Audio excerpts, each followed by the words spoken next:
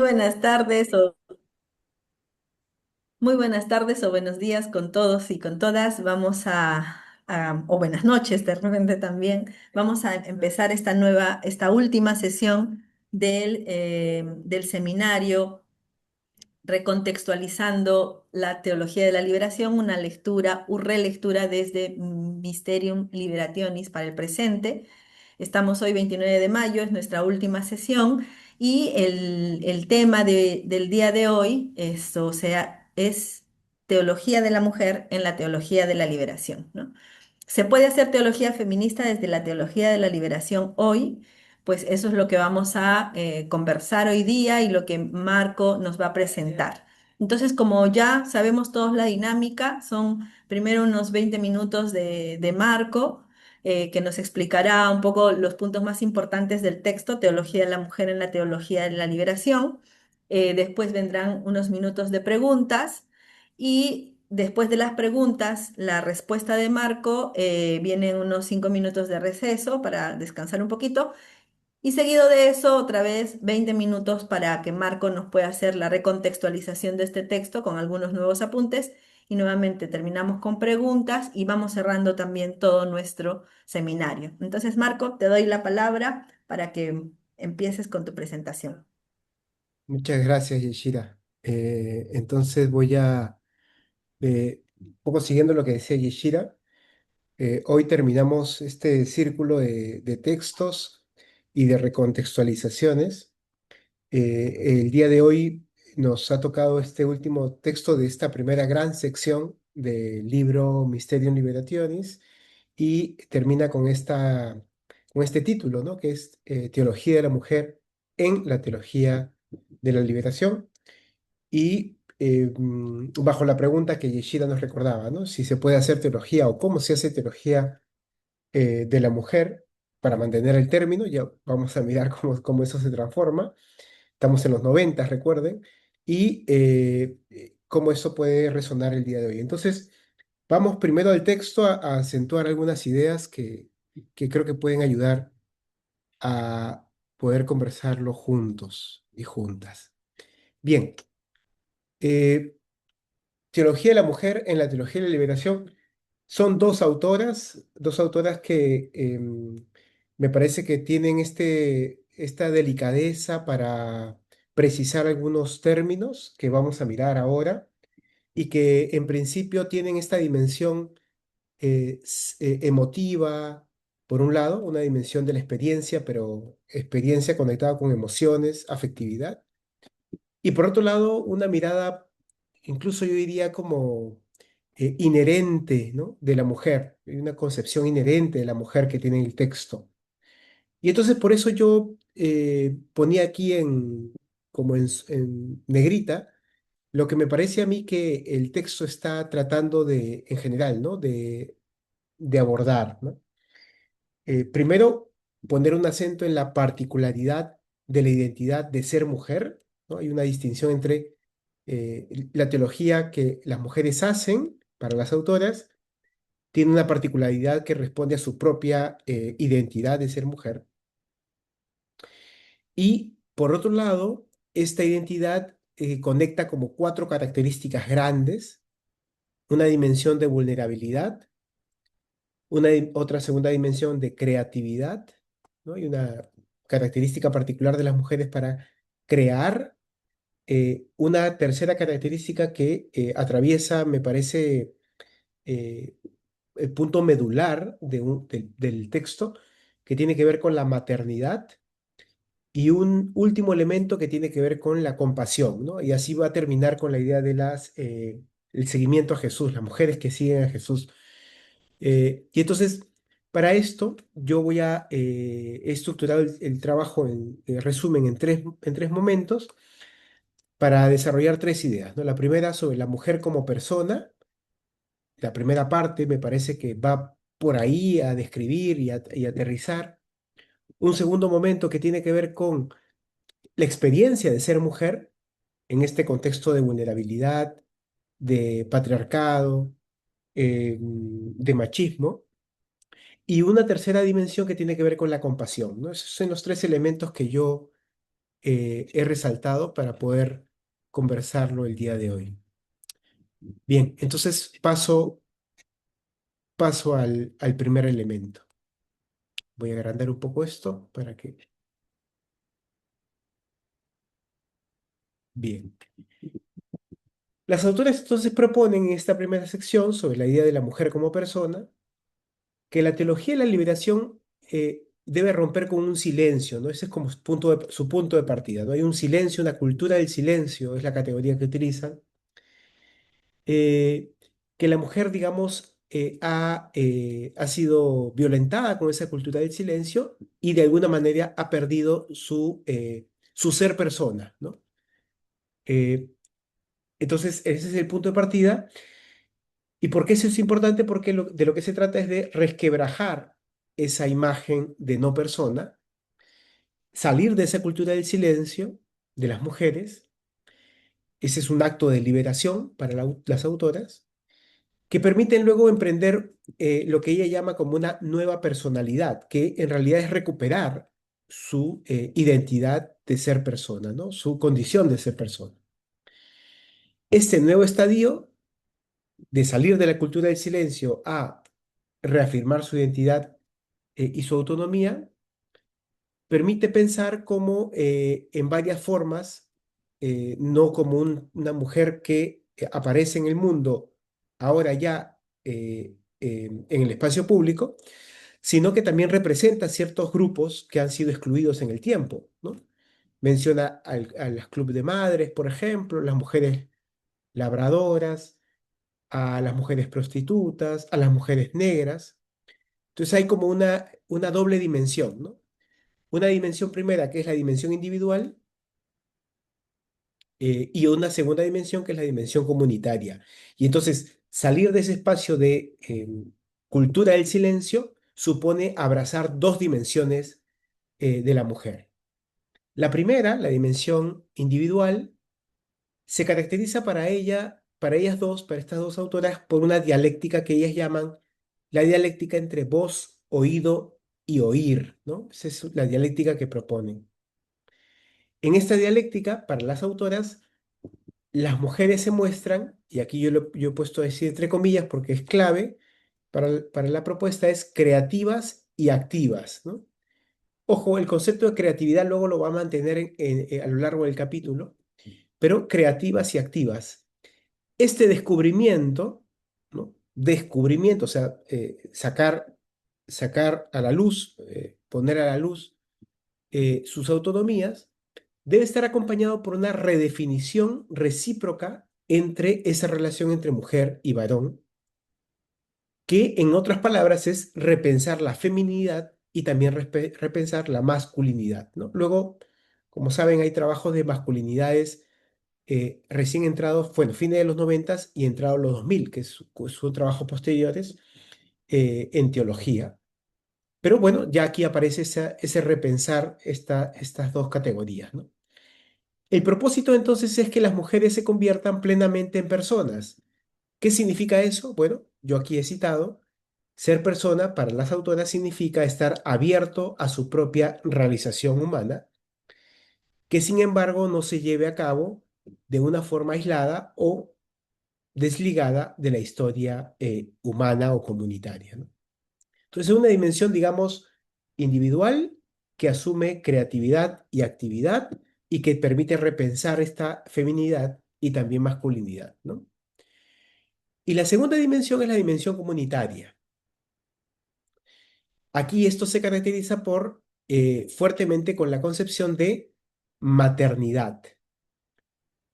Para las autoras, la maternidad implica cuerpo, recipiente, espacio, servicio al otro, solidaridad, participación.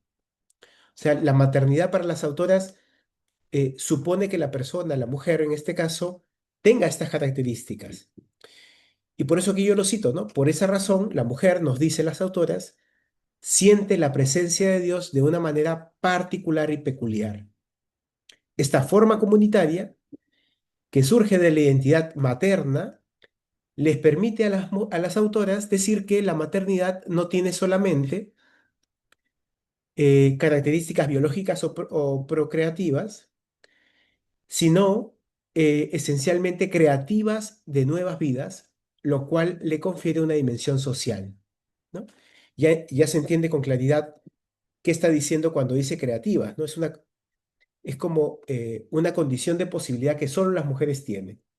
Y por eso ellas tienen, en este caso, una creatividad superior a los varones en la primera parte, ¿no?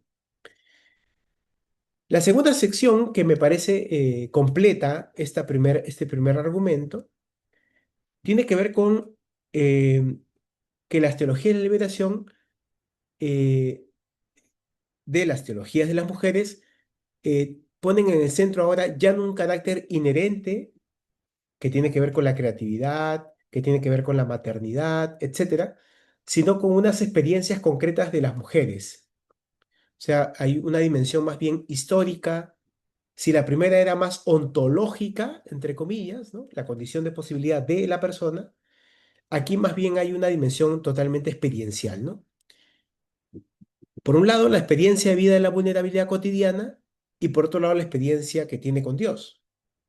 Entonces, debido a esa experiencia, que suele ser de dolor, de injusticia, contra las mujeres, la misión finalmente se encuentra en hacer oír su voz como un servicio a todos los marginados. Y por eso hay una posición, digamos, algo así como privilegiada, ¿no? En este punto de partida, las mujeres, desde los márgenes, asumen una voz para los márgenes, y por eso es particular. Vamos a decir, para las autoras, las mujeres son el último peldaño de una estructura social de injusticias. Y por eso, finalmente, las mujeres, por la experiencia de dolor, tienen una característica de empatía que emerge justamente de esa vulnerabilidad, ¿no? Pero esto es ya característico de las condiciones sociales, políticas, culturales, económicas, ¿no? Además, esto permitirá una praxis, dicen ellas, de cariño, ¿no? Que es un poco la empatía, ¿no? Que genera nuevas relaciones entre las personas en general, ¿no? Pero en particular en la relación entre hombres y mujeres, ¿no?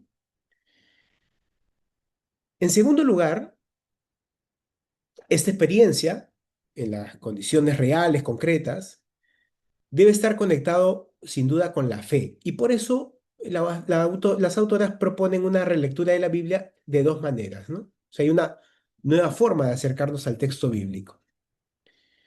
¿En qué consiste esa nueva forma de acercarnos al texto bíblico? Bueno, consiste en dos dimensiones. Una primera, reconocer que las condiciones socioeconómicas, políticas y culturales del texto bíblico eh, transcurrieron en opresión contra el pueblo de Israel.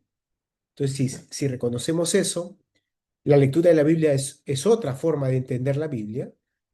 Lo que nos está diciendo es que es una lectura histórica de opresión hacia el pueblo de Israel. Y la segunda condición para leer el texto bíblico desde las teologías de la liberación con respecto a la mujer es reconocer que Dios, el Dios de la Biblia, no es neutral, sino que toma una posición en defensa de los vulnerables, ¿no? Esas son como las dos condiciones, ¿no? Por ello dice, citando a Éxodos, es necesario recordar que Dios oye el clamor, sin duda, de los marginados de la historia. En esa línea, entonces, las autoras citan a la teóloga feminista Elsa Tames para seguir justamente su metodología entre distanciamiento y aproximación. Es una especie de dialéctica, ¿no? Por un lado, la distancia, para Elsa Tames, esta teóloga feminista de la liberación, eh, digamos que permite un espacio de reflexión, de meditación, eh, que necesitas respecto al texto bíblico que te dice o te resuena respecto a los desafíos contemporáneos. Pero además, Elsa Tames refiere a un momento de aproximación, que es más bien este compromiso que supone transformar las estructuras injustas a justas, ¿no? Entonces, esta dialéctica, digamos, entre distanciamiento y aproximación permite un compromiso, por un lado, pero también permite una reflexión por otro, ¿no?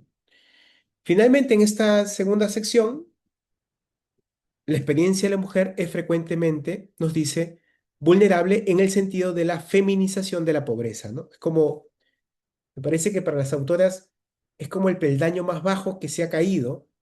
Estamos en los años 90 y ellas refieren a que esta categoría se vive fuertemente en Estados Unidos, ¿no? Bueno, yo creería que en América Latina sin duda también, y en todo el mundo, y principalmente más bien en el sur global, ¿no? Eh, ¿Qué significa esta feminización de la pobreza? Bueno, significa en este caso eh, pensar cómo las mujeres, o pensar que el peldaño más bajo de vulnerabilidad tiene que ver con que ciertas características donde la prioritaria es que ellas, bueno, son ellas y no ellos, ¿no? Son mujeres. Y que además de ser mujer, siempre va conectado con otras dimensiones interseccionales, ¿no? Ella pone el siguiente hilo conductor, dice, ¿no? Mujeres negras, sin diplomas de estudios, suelen ser solteras y tienen hijos. Esas son como las características que conectadas hacen que principalmente los pobres tengan esas características, ¿no? Entonces parece como, desde la perspectiva de la autora, de las autoras, las mujeres finalmente son el punto de partida de esa experiencia de sufrimiento, porque están en el último peldaño a partir de esta concepción de feminización de la pobreza, ¿no? Entonces, para retomar nada más estos tres puntos y pasar a la última idea, es que la experiencia de ser mujer entonces, esto ya tiene que ver con lo concreto, con lo real, eh, tiene tres ideas. Primero, parten desde los márgenes y anuncian hacia los márgenes, generando una capacidad de empatía particular. Segundo, hay una aproximación del texto bíblico que permite un acercamiento de lectura donde Dios se posiciona en favor de los pobres eh, y a partir de una lectura bíblica donde la opresión a Israel es clave para entender qué nos quiere decir el texto bíblico y junto con eso reflexionar, pero también comprometernos, y la feminización de la pobreza, que termina siendo esta imagen donde el último peldaño, el último eslabón, son las mujeres, ¿no?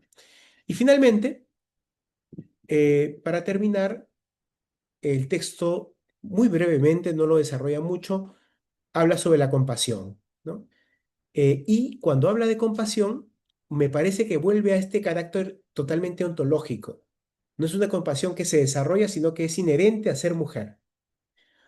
En términos de la propuesta, las mujeres nos dice, yo cito aquí para que quede claro lo que nos dicen las autoras, la sensibilidad por el dolor de los otros, de sentir con, de solidarizarse, de compadecer, las hace más abiertas a la problemática ajena, a los valores de generosidad compartida, a la lucha por obtener mejores condiciones de vida y también a la transmisión de la fe marcada por la lucha por la justicia. Por ello, debido a esa característica inherente, las autoras afirmarán, las mujeres hacen teología con pasión, apasionadamente, apasionándose, digamos, por entero, e intentando llenar estos conceptos teóricos y abstractos en realidades totalmente existenciales, ¿no? En resumidas cuentas, la propuesta de las autores es que las teologías de la liberación desde las mujeres tienen características particulares, inherentes y especiales que les permiten construir una fe conectada con la pasión, la compasión y la empatía. Pero al mismo tiempo, esa condición inherente está conectada con una experiencia real, concreta, de sufrimiento caracterizado por la feminización de la pobreza. Muy bien, ese es el resumen. Haberles recordado lo que han leído y te doy el pase, Yeshira. Gracias. Muy bien, muchas gracias Marco por la presentación y por, bueno, por las ideas tan claras que nos has dado respecto de la teología de la mujer en la teología de la liberación, de texto tan importante que nos va, bueno, que como bien lo decías tú, está enmarcado en los años 90, en los inicios de también toda esta ola que va a empezar a crecer sobre las hermenéuticas feministas de la liberación, ¿no es cierto? Y dentro de la teología feminista. Muy bien, entonces damos paso ahora a algún comentario o pregunta que nuestros participantes quisieran hacer, como siempre, levantando la mano, lo pueden escribir por el chat también, en caso de que no puedan abrir sus micros. Mm.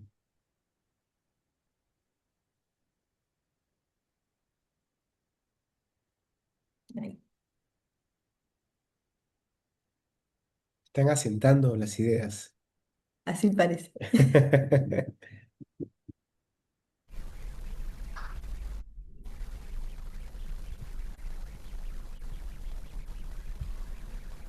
Nancy, Sí, gracias. Estaba intentando, estoy un poco lenta. te escuchamos, Buenas Nancy. tardes, buenas tardes, buenas noches. Yes. Eh, Me parece sí interesante contextualizar, ¿no? En qué situación van haciendo toda esta teología de la mujer en los años 90, ¿no? Y me toca mucho el tema de la feminización de la pobreza, ¿no? Que siento que sí, como dices Marcos, tenía este rostro femenino, ¿no? En la pobreza. Y yo pensaba más en el contexto peruano porque veníamos en un contexto de violencia política, Mm. donde la mayor cantidad de familias eran líderes mujeres, campesinas, ¿verdad? La población mayoritariamente femenina también, y el tema de acceso a la educación, a la salud, también pues mayoritariamente mujer, ¿no? Entonces creo que ahora esa mirada de los 90 trasladándola en esta situación hoy día, siento que no ha cambiado mucho, Mm. ¿no? Porque me da la sensación que por los testimonios de atención a las mujeres, a las madres adolescentes, hace unos días atrás, no recuerdo exactamente la cantidad de madres adolescentes que han ido, que hasta el momento han sido atendidas, porque hay otro número, como bien sabemos, que no necesariamente se cuenta. Entonces me hace pensar que esta feminización de la pobreza, pues en todo lo que indica, no ha cambiado mucho, ¿no? Entonces ahí creo que es un gran desafío todavía para ir sensibilizando, y más aún yo creo la cuestión política lamentablemente no ayuda mucho a cambiar a esta feminización, ¿no? Con el último, no sé, el cambio de a nivel de educación, ¿no? Que se ha eliminado el curso de formación ah, se me escapa lo que a nivel educativo se ha quitado la formación de educación sexual, ¿no? Ujú. Entonces son todos estos elementos que a mí me hace decir qué tan diferente hay esta feminización de la pobreza en los años 90 Mm. y hoy día, ¿no? Yo Mm. siento que no sé, de repente soy muy pesimista, Mm. pero me parece que la realidad es más dura, ¿no? De lo que a veces de repente uno quisiera pensar que ha cambiado en algo, ¿no? Porque el tema del feminicidio, el tema, o sea, estos aspectos donde las mujeres lamentablemente que no tienen estos privilegios, porque hay que reconocer también educarse, tener salud, acceso a la salud, a la alimentación, también es privilegio, ¿no? Y yo diría de pocas mujeres, ¿no? Ese es un Mm. poco por ahí va mi comentario. Gracias. Ujú. Gracias, Nancy. Muchas gracias, Nancy. No sé si alguien más quisiera comentar o hacer alguna pregunta respecto del texto. Mm.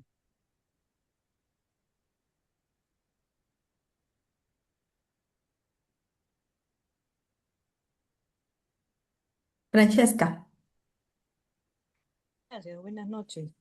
buenas Muy noches. interesante la propuesta.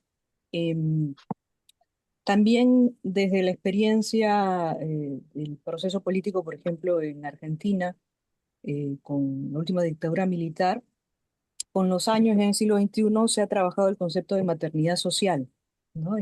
Me llama la atención encontrar también esta mirada en esta propuesta de teología de la mujer, porque justamente lo saca de lo biológico e inclusive lo saca del espacio privado, ¿no? Porque esto suele estar finalmente muy asociado al espacio privado y lo lleva al espacio público, ¿no? Como contribución a las sociedades de una mirada más amplia.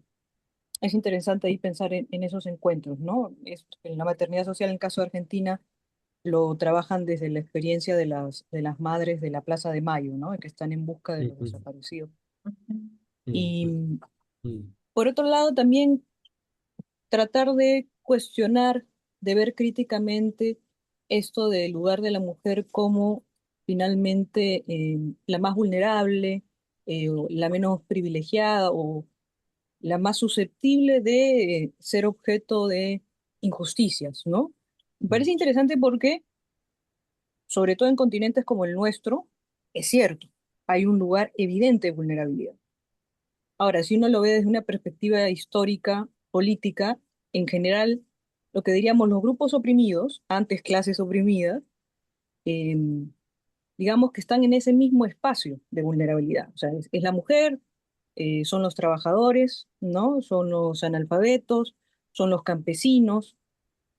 Es decir, de alguna manera ya se han visto como una suerte de alianza de grupos oprimidos, ¿no? Hay una mirada política ahí de un espacio compartido de la opresión, ¿no?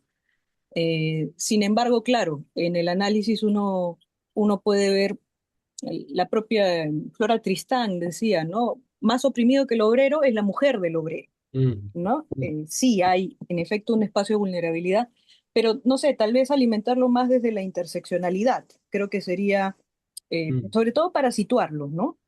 Porque en el caso de América Latina, por ejemplo, en el Perú en particular, entre las poblaciones vulnerables existen distintos grupos, ¿cierto? Y se considera también las mujeres. Pero, por ejemplo, poblaciones vulnerables a nivel de mirada étnica en el Perú son las poblaciones afrodescendientes, más inclusive que las indígenas, ¿no? Ahora, dentro de las afrodescendientes, claro, otra vez, el lugar de las mujeres afrodescendientes, ¿no? O dentro de los migrantes que hay en el Perú, la situación de las mujeres migrantes, como lo hemos visto en el caso de las mujeres venezolanas, ¿no? Eh, y eso, ¿no? Tal vez cuestionar un poco más este lugar de vulnerabilidad en el sentido de que, siendo una teología de la mujer, tal vez poder añadirle esta mirada interseccional, ¿no? Con la variable étnica, posiblemente con la variable también de género, de identidad de género, ¿no? Ujú. ujú.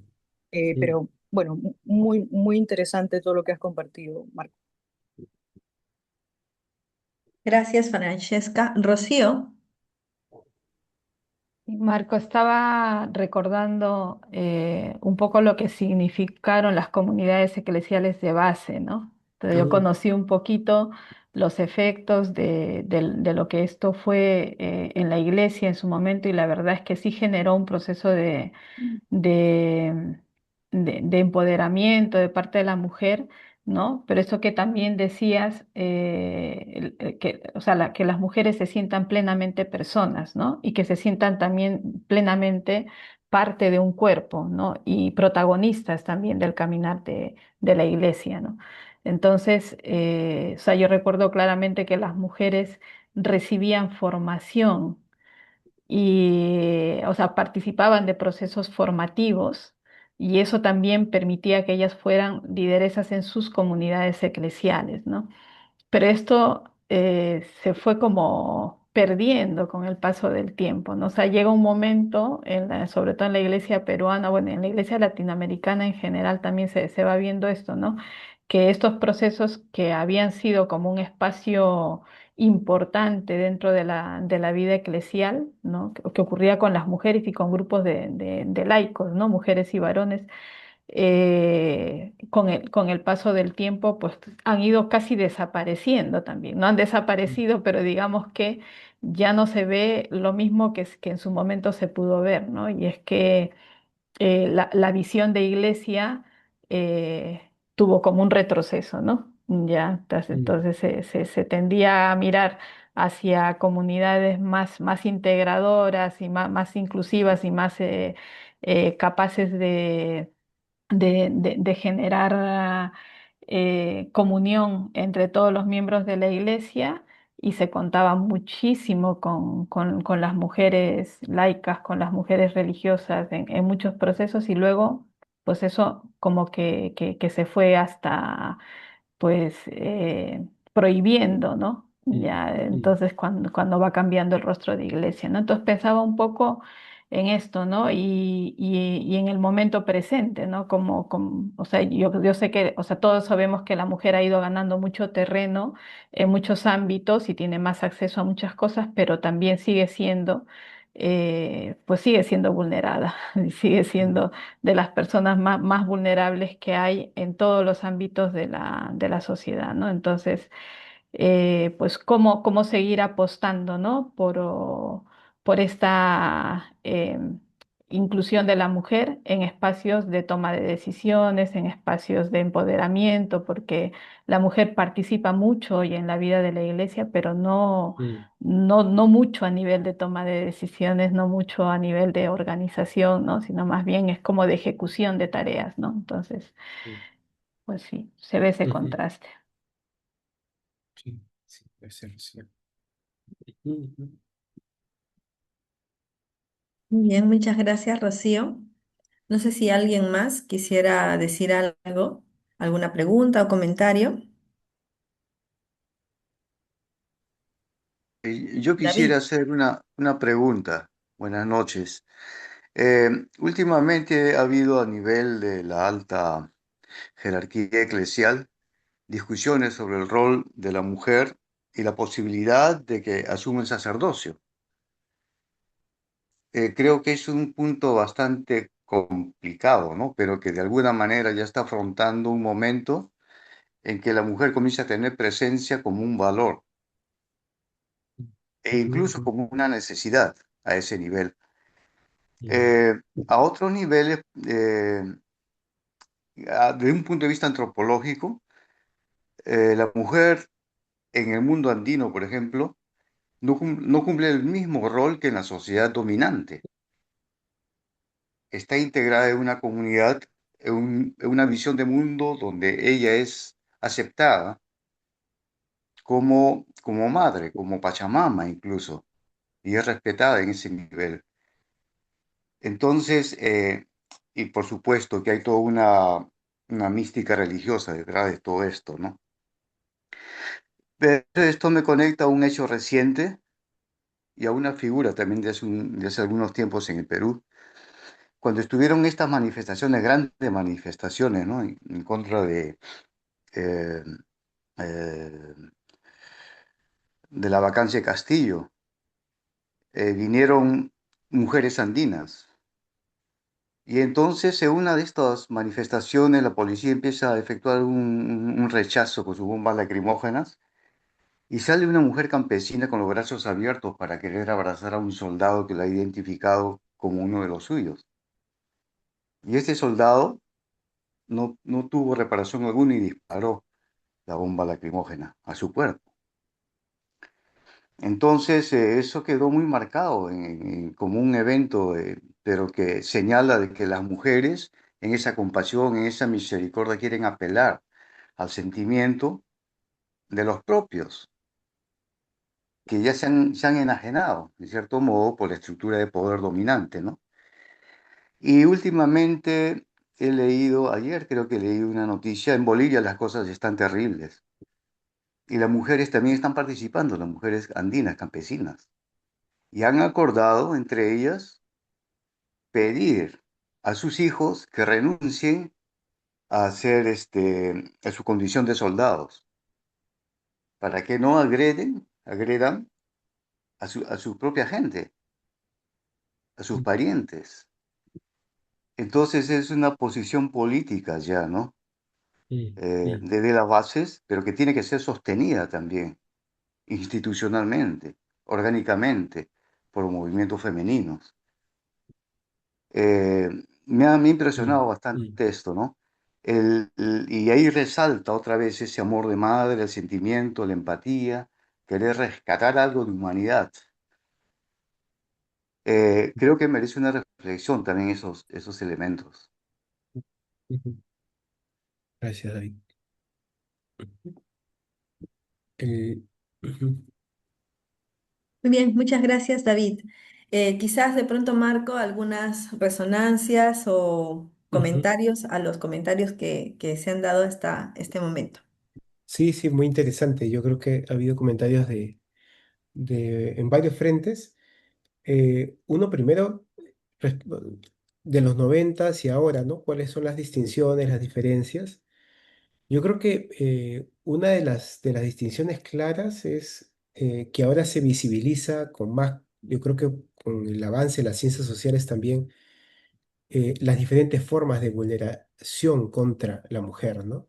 Antes se pensaba que tenía que ver con la violencia directa, luego violencia directa, violencia estructural, y luego hay formas sutiles, incluso chistes, etc., etc. O sea, creo que por ahí esa es una de las dimensiones que hay que mirar. La otra dimensión tiene que ver, yo creo que ahí Francesca tenía mucha razón cuando decía la idea de la interseccionalidad, sin duda. Este texto creo que lo menciona cuando habla sobre la feminización de la pobreza. Se está pensando en eso, pero creo que hay que ir explorando con tantos diversos contextos que existen también, ¿no? De manera diversa también. Entonces, ese es un segundo comentario. Uno tercero, yo creo que abre toda una línea de trabajo que tiene que ver con las mujeres indígenas. O sea, ahí hay un rol totalmente distinto, ¿no? En Paraguay, en Argentina, en Brasil, más allá de las culturas, digamos, andinas, hay otras culturas también dentro de América Latina que tienen un rol preponderante en la mujer y que la cultura occidental todavía no aprende de esto, ¿no? Y finalmente, eh, sí, yo creo que las comunidades de base que se activaron, eh, luego cuando uno termina mirando, eh, tú hacías la última distinción, ¿no? ¿Quién termina participando y quién termina tomando las decisiones, ¿no? Esa es como una consecuencia que deja como un sinsabor en el fondo, ¿no? Porque podemos pedir mucha participación y claro, inmediatamente uno puede decir, sí, participan, hay mucha gente aquí, mucha gente dice muchas cosas, etcétera, etcétera, pero finalmente no se traslada en las decisiones para el horizonte eclesial. Entonces hay como una especie de disloque, ¿no? Sí, también de acuerdo con los comentarios que han compartido. Eso. Ujú. Muy bien, muchas gracias Marco, muchas gracias a todos por participar. Creo que por ahora podemos tomar unos 5 minutos de, de receso, entonces estaríamos volviendo a las 6:50 para empezar con la exposición nuevamente de Marco de la relectura del texto. Muy bien, muchas gracias a todos. No se olviden, por favor, de renombrarse en el, en el Zoom para poder tomar la lista como lo hemos estado haciendo en todas las sesiones. Yo voy tomando la lista en función a los nombres que tengo y también en función a lo que ustedes me van dando. Muchas gracias y vamos a un receso de 5 minutos. Yo puse mi nombre completo en el mensaje, en chat. Sí, Gracias. sí, lo tengo, David. Gracias. Ok, muchas gracias.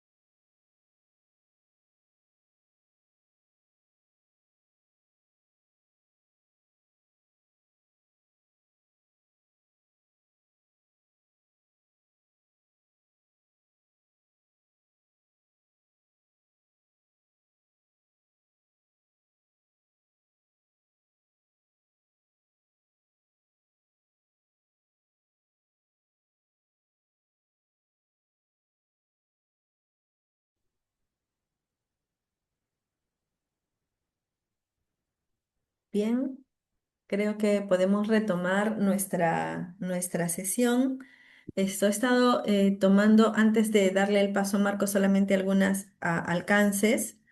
No tengo el nombre de Centro Cultural Guadix-Bes. No sé quién será. Si lo pueden escribir, por favor, en el chat, se los agradecería. Y también tengo a Teresa, pero quizás de repente está con otro nombre, apellido, como para poder ubicarla también dentro de mi lista. Todos los demás ya están registrados. Marco, el público es todo tuyo. Retomamos ahora la relectura del texto Teología de la Mujer en la Teología de la Liberación, desde la Teología de la Liberación. Muy bien, gracias, Yeshira. Y que develen sus nombres estas dos personas.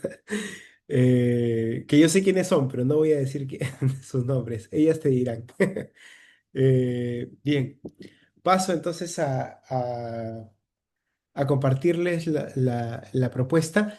Em, es una propuesta que, como ven, hablar de la mujer, sin duda, hay muchos frentes para pensar, para discutir. Yo he elegido solo uno.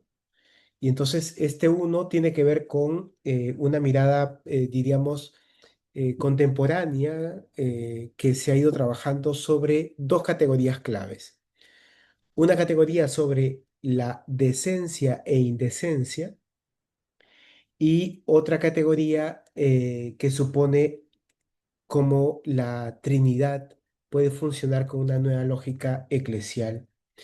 Pero comparto la pantalla después de este pequeño y breve comentario para mirar cómo podemos trabajar ahora.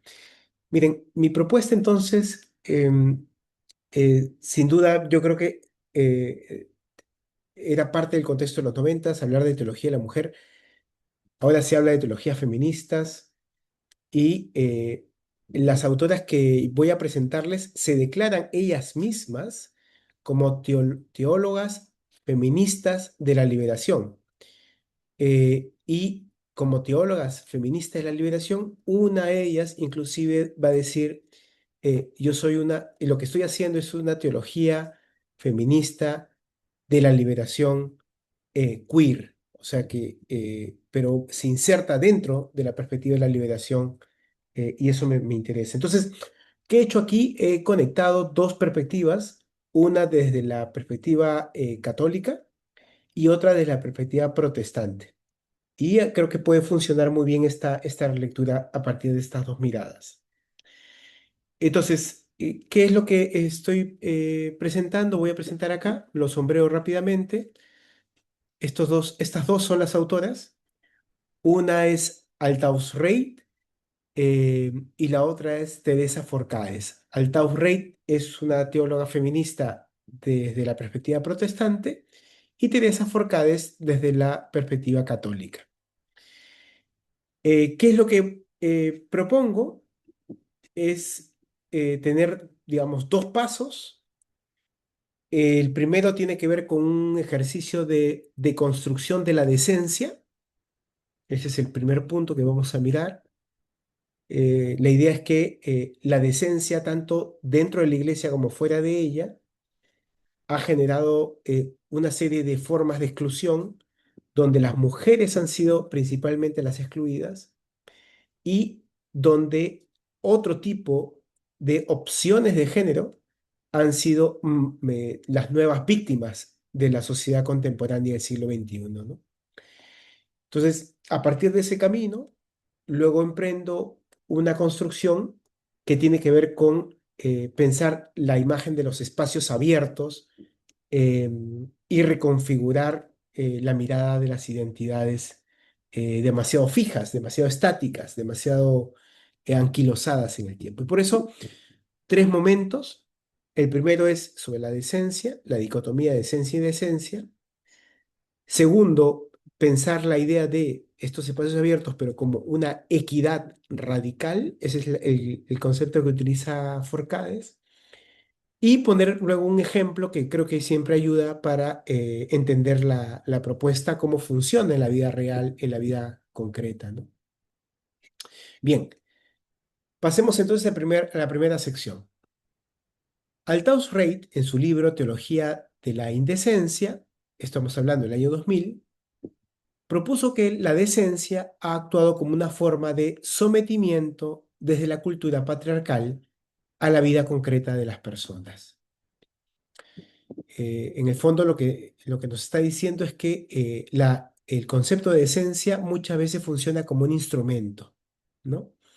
Para excluir. En ese sentido, la decencia funciona como lo que las personas esperan que tú debes hacer, decir o actuar. Luego entonces, si no cumples con estos parámetros, serás excluido o excluida, ¿no?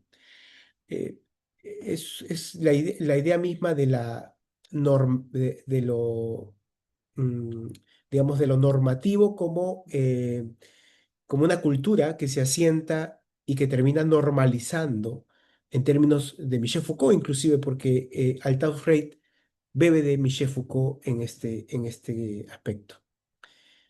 Esto es más intenso para la autora en los espacios eclesiales.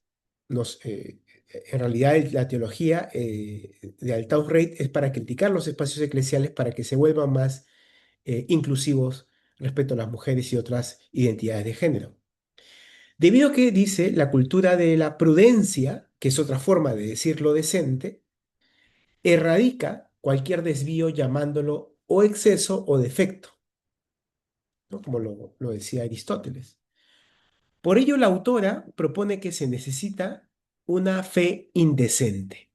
Vamos a decir, la única forma que ella encuentra que podemos hacer para desestabilizar, despatriarcalizar, romper estos micromachismos en la vida eclesial, es tener formas indecentes que generen estas estructuras y que rebatan estas estructuras.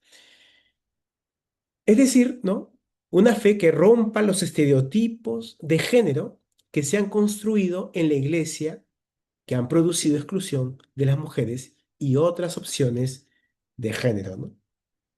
Y ahí lo comentábamos al inicio, ¿no? ¿Por qué las mujeres no toman decisiones? ¿Por qué en el primer siglo de las primeras comunidades cristianas aparecen mujeres profetas, profetisas, aparecen mujeres maestras, aparecen mujeres como líderes, lideresas? ¿Y por qué ahora en el siglo XXI eso no ocurre, ¿no? Bueno, la teología indecente trata de romper este tipo de prácticas que se han normalizado en el tiempo, ¿no? En ese sentido, y aquí lo sombreo, abrazar la indecencia implica romper con los moldes que han subordinado a tantas personas en la sociedad y en particular en las iglesias. Por eso los espacios deben transformarse en estructuras verticales a más bien una forma indecente que permitiría espacios más dialogantes. En el fondo, democratizar, ¿no? Eso es lo que está tratando de presentar Aldous Reid. Esto se completa con un segundo punto, donde la indecencia supone también repensar la imagen de Dios, ¿no? Digamos, lo que se propone luego en el 2003, o sea, 3 años después de esta primera idea, es que deberíamos también repensar la imagen de Dios y este vínculo que tenemos con Dios, los creyentes, para que las estructuras luego cambien, ¿no? Si no, no va a ser posible. Y por eso en su texto, el Dios queer propone que asumamos la idea de que Dios no tiene género, ¿no? Esto es muy importante porque la historia de ponerle a Dios categorías de varón, que luego han terminado construyéndose en una especie de Dios eh, mm, padre machista, ¿no? Además de pensar al Dios castigador, pues un Dios castigador hombre, ¿no? O un Dios que hace y deshace, pero termina siendo la imagen del Dios hombre, etcétera. Lo primero que hay que hacer es entender que Dios no tiene género, ¿no? Y eso nos va a permitir repensar nuestra propia identidad como creyentes y nuestra relación con Dios. Por ello, la labor de los teólogos de la liberación feministas es, en palabras de ella, sacar a Dios del closet, es decir, desencasillar a Dios en de los sistemas patriarcales que ponen al varón en los espacios de decisión, ¿no? Decíamos, y a las mujeres solo en los espacios de participación, ¿no? O sea, la lectura del Tau Rate es, bueno, esto es consecuencia de haber pensado al Dios varón e incluso es consecuencia de haber pensado bajo la idea de que como Jesús fue varón, entonces todos los líderes dentro de la iglesia deberían ser varones. O porque Pedro puso la primera piedra, ¿no? Fue el primero que predicó, etcétera, etcétera. Entonces todos los demás tendrían que ser varones. Todas esas falacias son las que finalmente está tratando de desestabilizar al Taos Rey, ¿no? O sea, la única forma para pensar es ir, digamos, a la perspectiva de la imagen de Dios, a la cristología, a la neumatología, ¿no? El Espíritu Santo, ¿no? ¿Por qué el Espíritu Santo solamente es asociado a la mujer, por ejemplo, ¿no? Y este tipo de esencialismo. Por ello, la propuesta es que, así como afirma Altaus Reit, que Dios no tiene género, de la misma manera defendamos que Dios es relacional. Y por ello la propuesta es pasar del Dios todopoderoso, omnipotente, patriarcal, etc., etc., etc., al Dios que se manifiesta en las relaciones humanas del amor, independientemente del género de las personas involucradas, ¿no? Esto permite tener un primer peldaño, ¿no? De construir, ¿no? Ese es el peldaño del de construir nuestra imagen de Dios, de construir nuestras cristologías, nuestra imagen de Jesús, de construir también nuestra imagen de ser iglesia, donde los hombres toman la decisión, las mujeres participan en las capas más bajas, ¿no? Y por eso la necesidad de lo indecente en este primer peldaño. El segundo peldaño tiene que ver con pensar estos espacios abiertos. Aquí yo recojo más bien este trabajo de Forcades del 2017 que se llama Fe y Libertad, eh, donde aquí hay un acento sobre la idea de la singularidad, ¿no? Esto es lo importante aquí. Entonces, ¿cuál es la idea? Es que se propone que cada ser humano, en su propia especificidad, establezca una relación con Dios. Esta relación supera los roles de género, no, no tiene que ver con que seas varón, con que seas mujer, con que hayas optado por otra identidad de la población LGBTIQ+, etc., etc. La relación con Dios se construye siempre en la singularidad, nos dice, ¿no? En ese sentido, Forcades propone romper con la cultura dominante, la patriarcal, sin duda, que la nombra como una forma ideológica externa, y abrazar, y aquí yo lo sombreo, una lógica interna de relación con Dios íntima, singular y única, ¿no? De eso se trata, de ese encuentro con Dios único. Por ello, este tipo de relación con Dios es en sí misma, esa misma relación íntima, singular, es en sí misma disruptiva con el orden establecido. Eso es el primer peldaño para la construcción, ¿no?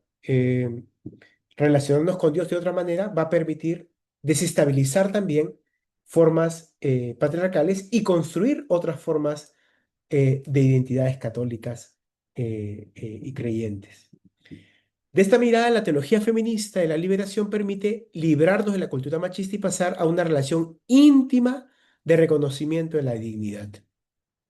Y ella, Forcades, es muy interesante porque pone la vida contemplativa como el ejemplo. O sea, la vida contemplativa supone una vida que ella optó, además, como religiosa. Esta vida es importante porque te permite ponerle un alto a esta cultura patriarcal y encontrarte con Dios para generar nuevas formas de vida, ¿no? Ahora, esto se ve completado y con esto, esta parte es importante porque eh, se trata también de una eclesiología, o sea, se trata de repensar la iglesia en su conjunto. Y eso supone repensar y poner en el centro la Trinidad. Entonces dice, ¿no? Por un lado, hay una construcción patriarcal porque la estructura patriarcal que se ha utilizado ha sido con una imagen falsa de Dios, con una imagen falsa de Jesús, con una imagen falsa del sacerdote, con una imagen falsa de los líderes.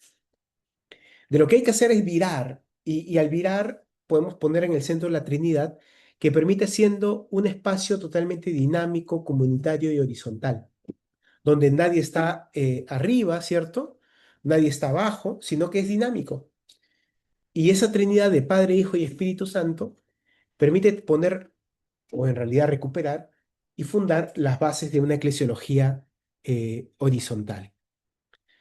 Para la autora, entonces, si queremos seguir construyendo espacios a imagen y semejanza de Dios, entonces debemos abrazar formas de vidas de corresponsabilidad, participativas y horizontales en términos de radicalidad, ¿no? Y hay un punto, y con esto paso al ejemplo para aclarar esto que estoy explicando, que es la idea de la autodeterminación radical, ¿no? Es decir, me parecía muy interesante porque para actualizar la teología de la liberación feminista, es importante también tener y poner en el centro la idea de la libertad como autodeterminación radical del creyente, que se construye a partir de esa relación singular, única con Dios, y que al mismo tiempo permite también incluso ser críticos hacia afuera, pero también hacia adentro de la iglesia, ¿no? Entonces ella menciona como una imagen de falsas iglesias, falsas ideologías, ¿no? Congar hablaba de una falsa reforma, la falsa y verdadera reforma de la iglesia. Bueno, todo este tipo de cosas para decir que eh, esta relación íntima con Dios permite pensar en que el creyente, cuando ve micromachismos dentro de la iglesia, tienen toda la potestad y tienen todo el derecho para ser críticos con cualquier orden establecido dentro de la iglesia. Y en ese sentido, uno podría criticar al sacerdote, al catequista, al laico y a la laica, o a cualquier persona dentro de la iglesia que esté generando una ideología patriarcal y esté bloqueando o sometiendo nuestra relación con Dios en términos de libertad, ¿no? Ojo con eso, porque claro, Forcades ha recibido muchas críticas por esto, por esta perspectiva, pero creo que es la forma por la cual hoy la teología de la liberación feministas, tanto desde la mirada de queer como la mirada de la autodeterminación radical, podrían ser muy interesantes para mirar formas contemporáneas, ¿no? Y para terminar, un ejemplo muy corto para tratar de comprender estas dos ideas. Quisiera poner entonces un breve ejemplo sobre la vestimenta de las mujeres en las iglesias. Durante mucho tiempo, hasta la actualidad, los cuerpos de las mujeres han sido vistos como expresiones de pecado, tentación o lujuria. Ahí podríamos ir a la historia eclesial, incluso hasta San Agustín de Hipona. Esto ha impactado en las reglas escritas y no escritas que exigen a las mujeres, perdón, vestirse de la manera más recatada posible. Esto implica que sus rasgos de ser mujer sean invisibilizados y con ellas, sin duda, sus propios cuerpos. El argumento ha sido el siguiente: las mujeres deben vestir y actuar de manera decente en los templos. En ese sentido, sugiero pensar en dos ideas. Primero, las mujeres al entrar a los templos tuvieron que renunciar entonces a sus identidades de tres maneras. Primero, las mujeres que decidieron, aceptaron las normas y entonces, al aceptar las normas, ocultaron sus cuerpos de la manera como la iglesia les exigía y renunciaron a su propia identidad. Segunda posibilidad, bueno, vivieron una tensión entre la exigencia de la vestimenta para ocultar sus cuerpos que simbolizaban la lujuria, etcétera, etcétera, y la supervisión o los panópticos que se generaban dentro de la iglesia, ¿no? Esta idea de el ojo que aparece siempre vigilándote, ¿no? Que incluso está en tu conciencia, ¿no? Y tercero, las mujeres que dijeron esto está mal, y entonces dejaron de ir a los templos. En todos los casos ocurrió el mismo efecto, la desaparición de los cuerpos de las mujeres en los templos, ya sea por uno u otro o la tercera razón. Lo mismo ha ocurrido y ocurre con la diversidad sexual en las iglesias. Una permanente invisibilización, ocultamiento y desaparición de sus cuerpos, ¿no? Estoy hablando de personas, por ejemplo, transgénero, transexuales, las personas queer, bueno, los homosexuales, las lesbianas, etcétera, ¿no? Ante ello, un camino de salida se asoma. Primero, recordar, Dios no tiene género. Y en ese sentido, la horizontalidad de la Trinidad que habíamos referido, el amor de Dios y la relación íntima entre el ser humano y Dios abren aquí el campo para pensar una iglesia donde realmente ningún cuerpo desaparezca. Muy bien, muchas gracias. Ese es el ejemplo. Espero que haya sido claro respecto a los conceptos anteriores. Entonces, ya le doy paso a Yeshira para empezar la discusión y la conversación. Bueno, muchas gracias Marco por la presentación que has hecho y estos nuevos apuntes y nuevas claves, ¿no? Para poder releer la teología de la liberación en clave de mujer o la teología de la mujer en la teología de la liberación, ¿no? Em, bueno, abrimos este espacio, estos 20 minutos que nos van quedando ya para poder hacer algunos comentarios, preguntas respecto a lo que Marco nos ha compartido. Nos has dejado así con un ojo cuadrado, Marco. De eso se trata.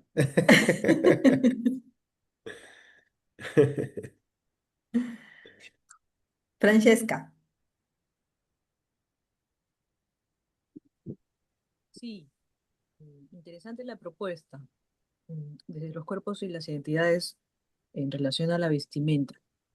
Pero Marco, si tuvieras eh, que hacer esa recontextualización, pero respecto al lugar que ocupa la mujer en la estructura de la iglesia, ¿cuál sería, por ejemplo, esa propuesta desde tu mirada? Porque entendemos en general que tendríamos que ser parte de la toma de decisiones, ¿no? Las mujeres que, en el caso de ser creyentes, que están dentro del catolicismo, por lo tanto, poder ordenarse también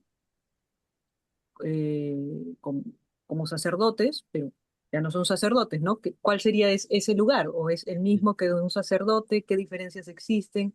Mm, Y en la propia jerarquía eclesial, ¿no?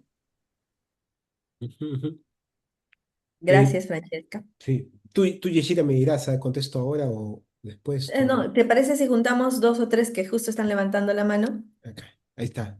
Ya lo han Listo. procesado y ahora sí van a... Está bien, está bueno, está bueno. Rocío. Sí, creo que es la discusión de toda la vida, ¿no? Esto de la decencia y la prudencia de la mujer, ¿no? O sea, además de identificarnos con la maternidad, pues se nos identifica también con eso, como algo que es propio de la mujer, ¿no? Y que forma parte de la conservación de la estructura patriarcal, ¿no? Estaba recordando una escena bíblica, la de Marta y María, ¿no? Cuando en Lucas, ¿no? Marta y María en Lucas, ¿no? El papel que ocupan las dos mujeres.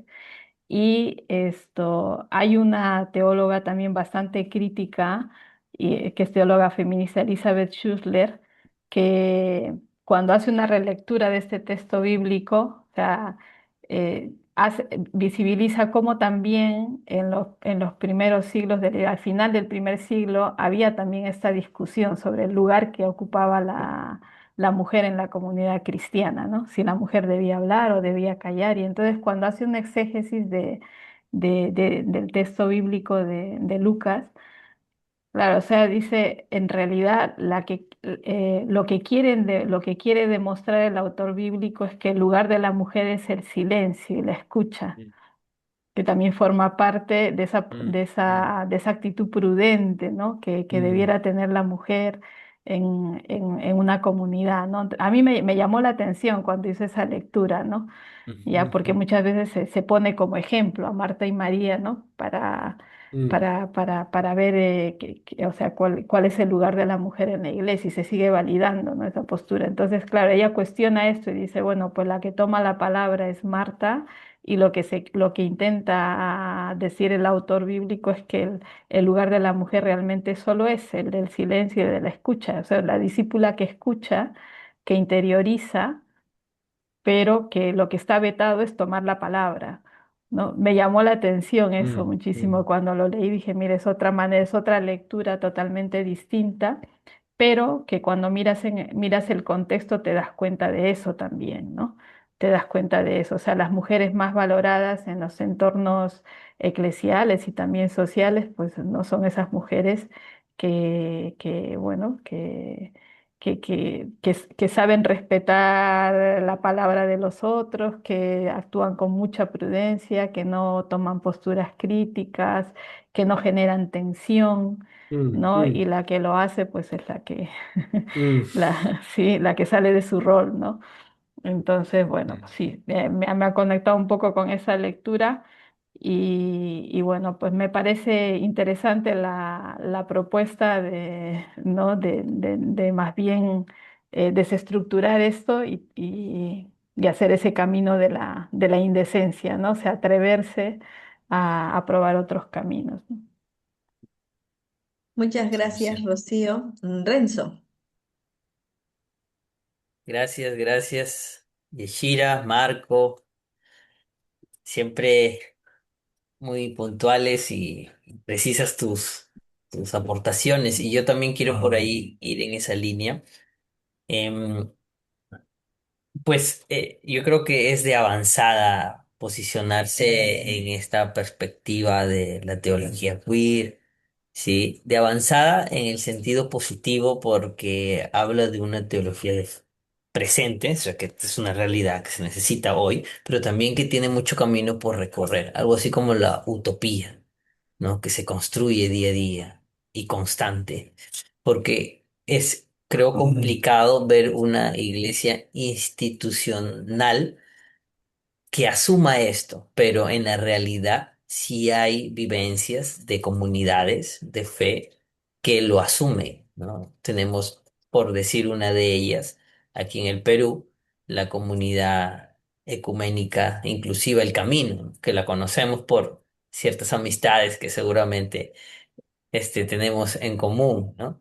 Entonces, es interesante porque creo que posicionarse allí desde una lectura o una hermenéutica de la diversidad sexual es entrar allí a un camino complicado, difícil, pero además estar en la opción que debería estar un creyente o un seguidor de este Jesús, enraizado en las necesidades y en las vivencias de la gente, ¿no? Marginal, ese Jesús marginal. Por otro lado, me gustaría también que nos comentes un poquito. Creo que por allí, seguramente que tienes la idea, pero no has comentado que es sumamente interesante lo que plantea Ivonne Guevara, esta teóloga también feminista brasilera, del ecofeminismo, la relación entre la tierra y la mujer. Entiendo yo que también lo mira desde la perspectiva de la teología de la liberación. Coméntanos un poquito, por favor, Marco, y gracias, brillante. Y Renzo, gracias. Muy bien, muchas gracias, Renzo. Tenemos también un comentario y pregunta en realidad en el chat. La leo, Marco, para que integres entre todo lo que ya se ha venido diciendo. Es de Joseph que dice, bueno, buenas noches, se habla de liberar a la mujer, pero ¿qué rol transformador se le asigna al hombre en este proceso? ¿La liberación femenina implica también una conversión masculina? Esa es la Mm, pregunta de nuestro amigo Joseph. muy bien. Entonces, si es que no hay más Sí, intervenciones, podemos darte la palabra, yo Marco. Ah, quisiera David. dar una breve señalación nomás. Creo que eso de la conversión es importante. Como estamos en un constante proceso de transformación, de conversión, que se que nos indica un proceso de liberación, ¿no? Constante de las estructuras que nos condicionan, estructuras de poder, etcétera. Occidente parece que ha estado dominando las figuras helenizantes del panteón del Olimpo, de Zeus, ¿no? En los hebreos no se permitía tener imagen de Dios, por ejemplo, ¿no? En la Edad Media, como no se permitía las representaciones de Dios, ustedes hacían dibujos bastante caricaturescos. Pero es un constante ir aproximándose hacia esa verdad profunda que me parece muy importante recuperar esto de que Dios no tiene sexo. Yo he estado pensando en el Génesis. El versículo que todos lo conocemos, pero sin embargo creo que tiene más profundidad de lo que nos puede indicar primeramente. Dice, y creó Dios al hombre a su imagen. A imagen de Dios los creó. Varón y hembra los creó. Entonces ahí hay una proposición de oposición complementaria. Es una entidad, pero constituida de opuestos complementarios, varón y hembra, el hombre los creó. Quería llamar la atención sobre eso. No sé si es una interpretación personal, pero creo que ya he tratado sobre eso bastante, ¿no? Gracias. A ti, David. Muy bien, Gracias. gracias David. Y ahora sí, entonces, Marco, te Sí, damos la palabra en los últimos minutos. muy bien, Ishira, gracias. En orden, ¿no? El comentario primero de Francesca. Hay un término que utiliza Altaus Red que es desaparición de los cuerpos. Yo creo que algo de eso también ha sucedido, ¿no? Dentro de nuestra iglesia. Desaparición de los cuerpos en los espacios de decisión. Y claro, me preguntaba particularmente cuál era mi impresión. Mi impresión ha sido esa, ¿no? Hay ciertos lugares donde las mujeres desaparecen, ¿no? Y no es coincidencia que al mismo tiempo desaparecen cuando se toman decisiones, ¿no? Entonces yo creo que ahí hay una primera mirada. Y luego la segunda, respecto al primer punto, tiene que ver con que en los primeros siglos, eh, bueno, no fue así, ¿no? Ahora es así. Por mucho tiempo en la modernidad y en la época medieval también lo fue. Pero en las primeras comunidades cristianas no fue así. Y entonces, cuando uno empieza a mirar qué fue sucediendo al inicio, eh, más bien son la implementación de las cartas pastorales que terminan desviando la concepción sobre el rol de la mujer. Entonces, lo que hay que más bien, desde mi mirada, es volver, sí, un poco lo que decía el Concilio Vaticano II, ¿no? Ayornamiento y ressorcement, ¿no? Y en el ressorcement lo que hay que hacer es volver a las fuentes para entender que el rol de la mujer hoy está siendo, ha sido desaparecida, ha estado desaparecida. Como respuesta, la Iglesia creo que ha hecho mucho, especialmente con el Papa Francisco, ¿no? Ha hecho muchos avances, muchas señales y también algunos avances, ¿no? Y mi impresión, y espero que siga eso en ese mismo horizonte. Entonces, sí, a mí me parece que nuestra iglesia todavía está aprendiendo y está aprendiendo como a tratar de superar estos espacios de desigualdad, no solamente afuera, sino también dentro. La segunda idea es sobre lo que decía Rocío, ¿no? Sí, efectivamente es un debate muy fuerte y la idea del silencio, yo creo que ahí el silencio tiene muchas formas, muchos significados, ¿no? Pero por lo menos hay dos, ¿no? Yo puedo utilizar el silencio para sostener que el silencio te permite reflexionar y meditar y ser honda en tu reflexión, pero en realidad lo que quiero es simplemente que te calles, ¿no? Eh, o utilizar el silencio como mecanismos de poder, ¿no? Directos, sin necesidad de maquillar el concepto del silencio, ¿no? Entonces yo ahí me parece que Altaus Rei, por eso es importante recuperar esta concepción de no solamente el espacio público, no solamente el rol de la mujer y de otras formas de género en los diferentes espacios, sino que la necesidad de hacer una especie de colisión con lo patriarcal. Solo en esa medida se podría construir un espacio de desarrollo, ¿no? Como lo decíamos en el primer texto, donde la mujer es persona, ¿no? O vuelve a ser persona. Sobre el tercer comentario de Renzo, sí estoy de acuerdo que son cosas de avanzada, pero solo para precisar, de avanzada para ciertos países, ¿ah? Porque hay otros, o sea, es que es muy fuerte esto. Y ahí se lo comparto de manera testimonial, ¿no? Em, incluso en mi país, nuestro país, ¿no? Que queremos mucho, tocar estos temas parecen ser muy fuertes, pero en otros países esto es, dicen Altauff Rate, ya, ese es 2000, 2003, o sea, ¿qué se está haciendo ahora después de Altauff Rate, ¿no? Eh, entonces, creo que es eso, ¿no? Es qué cultura se ha gestado también en nuestro país, que quizás también incluso podríamos repensarla, ¿no? Eh, para, digamos, como decía en el primer texto, ¿no? Antes de este trabajo, ¿no? O incluso aquí, ¿no? Con Forcades, para detectar qué ideología es la que se está asentando y no nos permite ser horizontales con los demás, ¿no?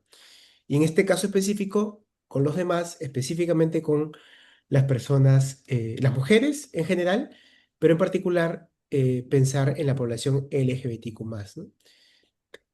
Ahora, yo debo confesar que el tema del ecofeminismo es algo que he trabajado no muchas veces, pero lo he trabajado. Y yo ahí, y por eso opté más bien por este camino, porque suele, yo ahí, que me pasó con el primer texto, la idea de de lo ontológico o lo esencialista, ¿no? Por ejemplo, hay una inherencia en el primer texto que presentamos, una especie de asociación inmediata a la maternidad, ¿no? Pero claro, uno se puede preguntar, ¿y si las mujeres no son madres? Entonces, ¿qué pasó? Entonces, hay un esencialismo ahí, ¿no? Oculto. Yo sé que las autoras no quisieron hacer eso, espero, pero ahí está, ¿no? Me parece que con el ecofeminismo también es posible que caigamos en eso. Entonces, ahí yo abrazo la asociación, entiendo que la interseccionalidad de la vulnerabilidad de la mujer tiene que ver también con la tierra, pero la asociación o la analogía entre mujer y tierra, yo ahí yo me resisto un poco porque siento que estoy cayendo también en esencialismos. Esa es mi reacción inmediata, ¿no? Y para terminar con la pregunta de Joseph, em, si la liberación femenina implica también una conversión masculina, sin duda. O sea, yo creo que ahí hay una necesidad de una deconstrucción de masculinidades, ¿no? Yo recuerdo cuando estaba en Perú y entraba a a las aulas de clase, eh, después de presentarme, decía una frase que la aprendí en realidad de Felipe Segarra, que ya no nos acompaña, pero siempre decía, ¿no? La primera clase decía, después de presentarme, ta, ta, ta, ta, y decía, y soy machista. O sea, yo me presentaba así. Y entonces, claro, después de todo lo que había dicho, y después de haber dicho que sí a la pluralidad, que estoy, que me gusta las perspectivas feministas y espero ser feminista, ta, ta, ta, luego terminaba diciendo, ojo, y soy machista, ¿no? Yo creo que es eso, o sea, es que hay micromachismos que no nos damos cuenta y estamos insertos en una cultura machista. Y por más que nos resistamos, a veces reproducimos. Y con tu pregunta, yo creo que es necesario eso, es tratar de hacer una labor sin duda compartida. Y esa decencia y esa indecencia Altao Rey está hablando de la cultura, pero los beneficiados de esa cultura son los hombres. Y para la transformación, para la conversión social, espiritual, etcétera. eh, para cualquier conversión, el punto de partida es quién detenta y quién tiene el poder en ese proceso. Y si los hombres tienen el poder porque son los beneficiados, entonces habría que pensar en deconstruir masculinidades también, ¿no? Gracias, Joseph. Yeshira, entonces te doy la palabra y espero haber respondido medianamente a las preguntas. Muy bien, muchas gracias, Marco. Ya esto, bueno, gracias por toda esta presentación, por todo el seminario. Hoy día es el último día de este largo seminario, estas 9 semanas, si no me equivoco, que hemos trabajado. Agradecemos a todos y a todas por su presencia constante, los que han podido participar en todas las sesiones. Esperamos realmente que haya sido algo que les haya aportado algo a sus reflexiones y también a lo que viene hacia adelante en su propio trabajo personal y pastoral. Agradecemos también a las diversas instituciones que nos han apoyado, como son el Instituto Bartolomé de las Casas y la Conferencia de Religiosos y Religiosas del Perú. En este seminario también organizado junto con ellos y el Grupo de Investigación, Desarrollo Humano e Iglesia, adscrito al Departamento de Teología de la Pontificia Universidad Católica del Perú. Gracias por todo, gracias Marco por todas tus presentaciones, por haber llevado este seminario hasta el día de hoy que lo estamos concluyendo. Mm. Eh, No sé si quieres Bueno. decir algunas palabras más para terminar. No, dos cosas nomás. Primero, gracias por sus aportes, sus comentarios, por sus preguntas desafiantes también. Espero que hayamos podido tener, son varios temas, hemos leído mucho también en el camino y creo que en el camino hemos aprendido de todos y de todas. Y el otro punto, seguramente tú lo indicas con más detalle, Shira, pero es la entrega del trabajo final, que es elegir solo uno de los temas, de los 9, solo Ujú. uno, y hacer un ensayo breve de 2000 palabras, me parece, máximo, y, Así es. y entregarlo por el correo del grupo de investigación, me parece, ¿no, Yeshira? Así es, Marco, ¿verdad? Ya se me estaba pasando, lo siento. Es cierto, no se olviden del trabajo final que hay que realizar, escoger, como bien ha dicho Marco, uno de los temas que se han revisado durante todo el seminario, hacer un trabajo de máximo 2000 palabras. Bueno, la idea es que sean 2000 máximo, no puede ser un poquito menos, un poquito más, y enviarlo al correo de donde de donde les ha estado llegando también todas las informaciones, los temas, ¿no? Que se han dado, justamente que es el correo del Grupo de Investigación de Desarrollo Humano e Iglesia. No hemos quedado bien la fecha, hasta cuándo tenemos esto para hacer la entrega del trabajo, Marco, Es hasta el 7, me parece, 7 de de junio. junio. Sí, Ok. una semana para que lo puedan hacer. Listo, muy bien. Entonces, hasta el 7 de junio, igual estaremos enviando un correo recordatorio para que todos los que han participado perseverantemente y constantemente, pues también hagan llegar sus pequeños trabajos, ¿no? Y a partir de ahí ya se les estará haciendo llegar su pequeño certificado de la participación en este seminario de esto, recontextualizando las teologías de la liberación a partir de Mysterium Liberationis. Quizás, Mm, Shira, solo una última cosa que sí, yo dime. creo que lo dije al inicio, pero esta categoría de recontextualizar, que ha sido repetida todas las sesiones, es una categoría que se ha trabajado mucho aquí en la universidad donde estoy y uno de mis asesores que hoy me acompaña en mi investigación eh, digamos, entre comillas, aquí es el padre de esa categoría, pero que me sirvió a mí de mucho para repensar un poco estas fuentes que nosotros bebemos de nuestras teologías de la liberación y que nos ayuda a ser también, como dice él, creativos, que no perdamos la creatividad en la labor académica y en la labor pastoral. Así que nada, quería compartir eso y antes de tomarnos la fotito. Dale, muy bien. Muchas gracias a todos y a todas. Solamente me falta el nombre de Centro Guadix, que no me... ¿Tu nombre, hermana? Edilia Gamboa. Edilia, muy bien, listo. Solamente me faltaba ella. Gracias. Muchas gracias a todos y a todas.